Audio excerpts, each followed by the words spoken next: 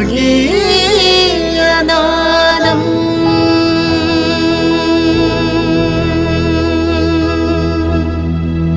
ദൈവത്തിന്റെ പരിശുദ്ധ നാമത്തിൽ എല്ലാ സ്നേഹിതർക്കും സ്നേഹവന്ദനം.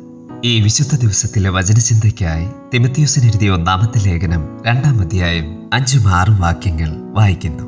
ദൈവം ഒരുവനല്ലോ, ദൈവത്തിനും മനുഷ്യർക്കും മധ്യസ്ഥനും ഒരുവൻ, എല്ലാവർക്കും വേണ്ടി മറുവിലയായി തന്നെത്താൻ കൊടുത്ത മനുഷ്യനായ ക്രിസ്തേശു തന്നെ. റഷ്യൻ ചക്രവർത്തിയായിരുന്ന നിക്കോളാസ് ചിലപ്പോഴൊക്കെ തന്റെ പടയാളികളെ സന്ദർശിക്കുമായിരുന്നു.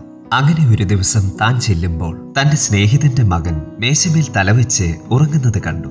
അവന്റെ മുമ്പിൽ ഒരു കടലാസ് കുറിപ്പുണ്ടായിരുന്നു.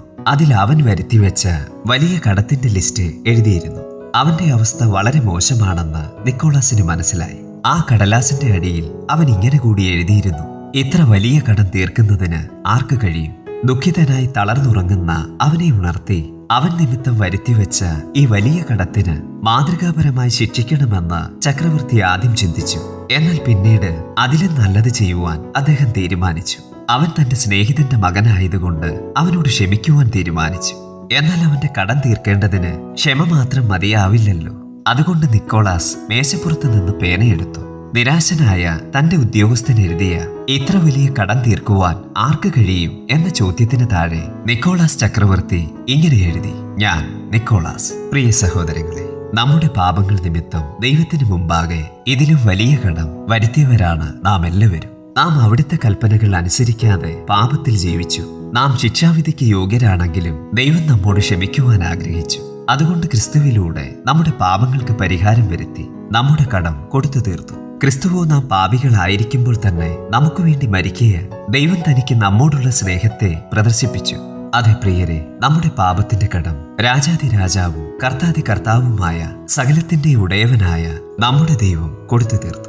നമുക്ക് ദൈവത്തിന് നന്ദി പറയാം. സ്വർഗീയ പിതാവേ, പാപത്തിന്റെ ശമ്പളം മരണമെന്ന ഞങ്ങളുടെ മേലിരുന്ന കടം ദൈവപുത്രനായ യേശുക്രിസ്തുവിന്റെ ക്രൂശ് മരണത്തിലൂടെ ഞങ്ങളിൽ നിന്ന് മാറ്റിയതിനാൽ, ഞങ്ങളെ വിടുവിച്ചതിനാൽ ഞങ്ങൾ അങ്ങയ്ക്ക് നന്ദി പറയുന്നു.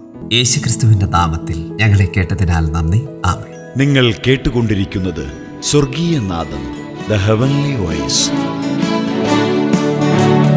പാപക്കടം തീർക്കുവാൻ യേശുവിൻ രക്തം മാത്രം, പാപബന്ധം അഴിപ്പാൻ യേശുവിൻ രക്തം മാത്രം. യേശു ക്രിസ്തുവേ, ദൈവത്തിൻ്റെ കുഞ്ഞാടേ, രക്ഷിക്കുന്നു പാപിയെ നിൻ തിരുരക്തം മാത്രം.